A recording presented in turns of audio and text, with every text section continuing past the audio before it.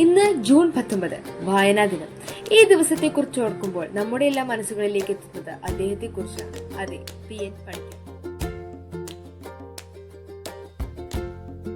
കേരള ഗ്രന്ഥശാല പ്രസ്ഥാനത്തിന് തുടക്കം കുറിച്ച വ്യക്തിയാണ് പുതുവയിൽ നാരായണ പണിക്കർ എന്ന PN പണിക്കർ. അദ്ദേഹത്തിന്റെ ജന്മദിനമായ ജൂൺ 19 കേരളത്തിൽ 1996 മുതൽ വായനാ ദിനമായി ആചരിക്കുന്നു.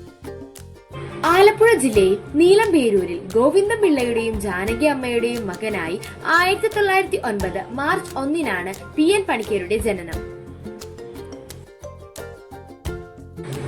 LP സ്കൂൾ അധ്യാപകനായിരുന്നു അദ്ദേഹം. 1926 അദ്ദേഹം തന്റെ ജന്മനാട്ടിൽ സനാതന ധർമ്മം എന്ന വായനശാല സ്ഥാപിച്ചു.